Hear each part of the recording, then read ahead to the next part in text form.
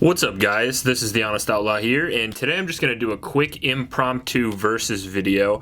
I got a couple of requests for this, and I did a versus video on the Canik versus the High Point, which a lot of people felt like that wasn't fair, and I get that. That video is based on basically two different tiers of guns, whereas these two guns, the Smith & Wesson M&P 1.0 and the Canik Elite, are in the same tier, so it will be a little bit more of an exact comparison. This same price of firearm compared head-to-head to kind of see what you can get. Now, before I start this versus video, I just want to mention my Patreon supporters. Again, thank you very much for supporting me. If you want to enter in that monthly giveaway for guns and gear related items, all you got to do is become a supporter. I also want to mention ammo.com. They're a new supporter of my channel as well. I leave a link in the description for $20 off an order of $200. That helps out me, and it will also help out you if you want cheaper ammo. If I had to pick a polymer framed budget gun, now what I mean by budget gun is, let's say, $350 and under. You know, I think of a regular price gun being around $500 to $600. So the Canik Elite is the slightly higher priced version of the Canik, as you see right here. It is the Glock 19 sized Canik. It carries 15 rounds in the magazine.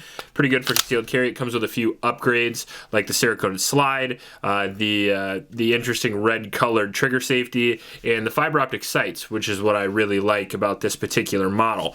And the Smith & Wesson, this is the M&P Gen 1, not the Gen 2. You can find these new for right around $300 to $350. I know when I did my budget guns video, I found one of these online new for $320. So this is actually cheaper than this in most of the places that I saw. Not the Gen 2, but the Gen 1. So the Gen 1 has some disadvantages over the Gen 2, obviously. Now I have the Gen 2 textured grip, and this is only about $25 if you buy it, so it still puts it well under the limit of the Canik. So we're just kind of include it, because if you buy it, you can buy it with it. So as I said, this is coming right around somewhere between $400 and $300, depending on where you buy it. And Canik is a decent gun. They're made in Turkey. It is a polymer frame pistol, a couple ounces heavier than the Glock, around the exact same weight as the M&P.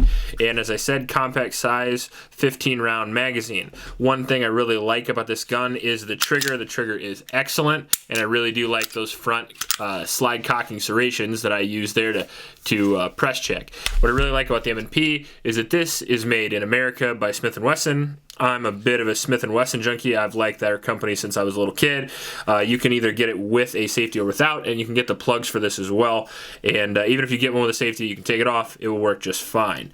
Now, in my personal opinion, this is a little bit bigger gun. You can tell that it is not exactly a compact. The M&P sized gun, or the original M&P 1.0, was a bit in between the Glock 17, Glock 19 size, and nowadays they have the 5-inch version of this pistol, and they also have the 2.0 has the compact version, which is the exact same size as the Canik, which maybe I'll do a comparison on at a later date as well. But since these two are the same price, I figured I would do these.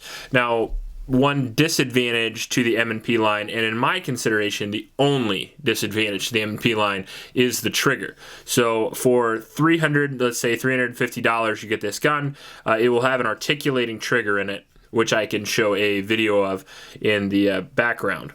That articulating trigger is a nice trigger if you can get the hang of it, and a lot of people like that trigger. I personally don't. So I upgraded mine to an Apex trigger, which is $120. So that's a tacked on price, but if you don't want to add that on, I'm sure you'll have no problem dealing with the trigger. Now, the positives of the M&P 1.0 is that they're extremely reliable. I had thousands and thousands and thousands of rounds. I can't stress that enough. It was one of the first polymer guns that I actually ever bought. And the M&P 1.0 is extremely reliable, extremely durable. It's made by an American company, and it has a phenomenal track record. It has dealt with law enforcement service since it was introduced, and not really any glaring problems to note for the M&P. Now, the Canik is, again, made by a Turkish company, and it also has back straps, as you see here, although it doesn't have quite as many options, and in my opinion, the grip is not as comfortable as the M&P, although the trigger is significantly better from the factory. The trigger is excellent. It's kind of a what is the Canik, kind of a P99 clone anyway, so it has a phenomenal trigger right out of the box. phenomenal reset as well. That's the biggest selling point for me with the Canik. Plus it comes with the fiber optic sights, which is, you know, it saves you $60 aftermarket cost. Downside of the Canik for me, personally, mine was not as reliable as I felt like it should have been. And I still stand by that. I had changed the recoil spring. Now, they had a recoil spring issue when they first came out, and I bought this gun literally the day it came out. So it didn't have all the kinks worn out and everything yet, but still to this day, after changing the recoil spring, I still have some issues, especially in colder weather or slightly underpowered ammo. I think these guns were designed around 124 grain NATO spec, which is a little bit hotter than what traditionally Americans shoot. Usually American people shoot 115 grain because it's the cheapest thing you can get at big box stores. Me included, personally, I shoot a lot of American Eagle, but even with higher quality ammunition and even defensive loads like critical defense, I have had reliability issues with this pistol. So between the two of them, if I had to rank them, I would give the M&P a 10 out of 10 for reliability, and I would give the Canik probably a 6, maybe a 7. Not the least reliable gun I've ever owned, but the high point I actually had was more reliable than this gun.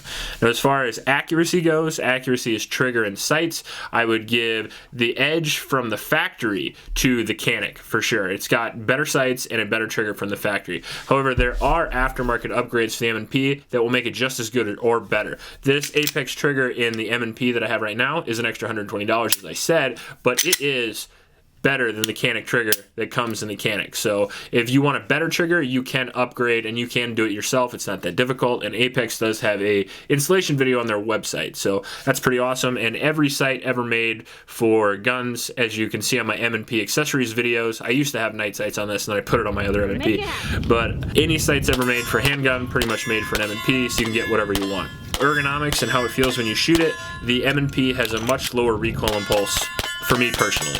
That may be how it feels in my hand, that may be how it fits. I have more rounds for M&Ps than I do Caniks, but I can shoot the M&P significantly faster, and I just feel more comfortable and confident shooting the M&P over the Canik. Aftermarket accessories go, I would also have to lean towards the M&P because it just has way more. For any polymer gun behind Glock, the M&P has the most. Now Glock has the most by far, but after that is going to be sitting the M&P, so if you want to change triggers, mag release, put a mag well on it, get slide work done, add an RMR, get night sights, whatever you want, add a compensator, the M&P can do that. The Canik, as kind of the newer guy on the block, has some accessories, but not near as many. Based on this, if I had to pick just one, and this is my personal opinion, they're both great. By the way, they're both on my list of top 5 budget guns for a reason. I think they're both good pistols, especially out of the box.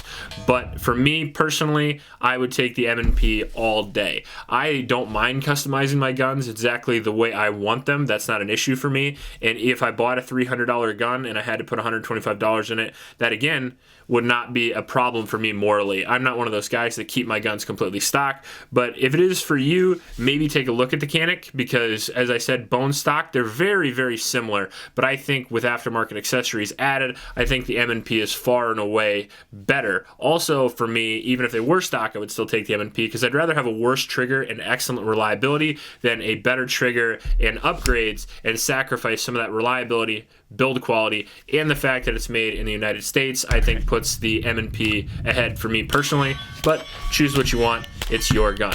If you like this video, please like and subscribe. Please help out your local homeless shelters, and remember to recycle. I'll check you later.